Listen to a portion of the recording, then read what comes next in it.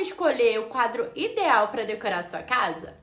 Fica comigo que hoje eu vou te dar 5 dicas incríveis de como escolher o quadro ideal para transformar a sua decoração. Eu sou Micheline Mendes e esse é o Decorando com a Mic. A primeira dica é: escolha o tamanho ideal.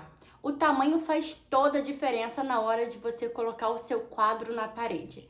Não adianta você querer economizar e comprar um quadro pequeno se você tem um amplo espaço. Assim como também não adianta você querer arrasar com aquele quadro enorme se a sua parede é pequena.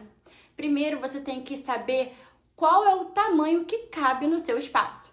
Uma dica de ouro: se você quer colocar o quadro em cima do sofá, meça o tamanho do encosto e o quadro precisa ocupar 2/3 pelo menos desse espaço. A segunda dica é em relação às cores. As cores do quadro devem harmonizar com toda a sua decoração. Ela não precisa manter a mesma paleta, mas ela precisa estar em harmonia para não dar um contraste muito grotesco e causar um impacto visual muito pesado. A terceira dica é sobre a altura ideal para você pendurar seus quadros. Se você for colocar o quadro numa parede vazia, você precisa que o meio do seu quadro esteja na distância de 1,5 m a 1,60 m do chão. Mas se você for colocar esses quadros em cima do sofá ou da cama, você precisa deixar uma margem de 25 a 35 centímetros entre o final do seu móvel e o início dos quadros. A quarta dica é sobre o lugar ideal. Você precisa visualizar onde você quer colocar os quadros. Não adianta você sair espalhando quadro para tudo quanto é lugar e deixar a casa sem harmonia. Você precisa complementar a sua decoração com os quadros e não deixar um ambiente poluído. O menos é mais.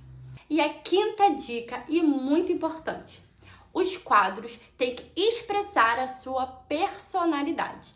Não adianta você ser uma pessoa que não gosta de flores e querer colocar um quadro de flor em casa. Todas as vezes que você entrar, você vai ficar com um rancinho daquele quadro. Você precisa colocar imagens, figuras que representam a sua personalidade, quem você é. O quadro, ele fala por você.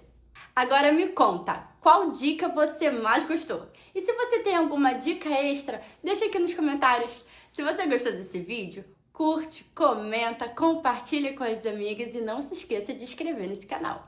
Esse é o Decorando com a Mic e eu tô aqui para te ajudar a transformar sua decoração.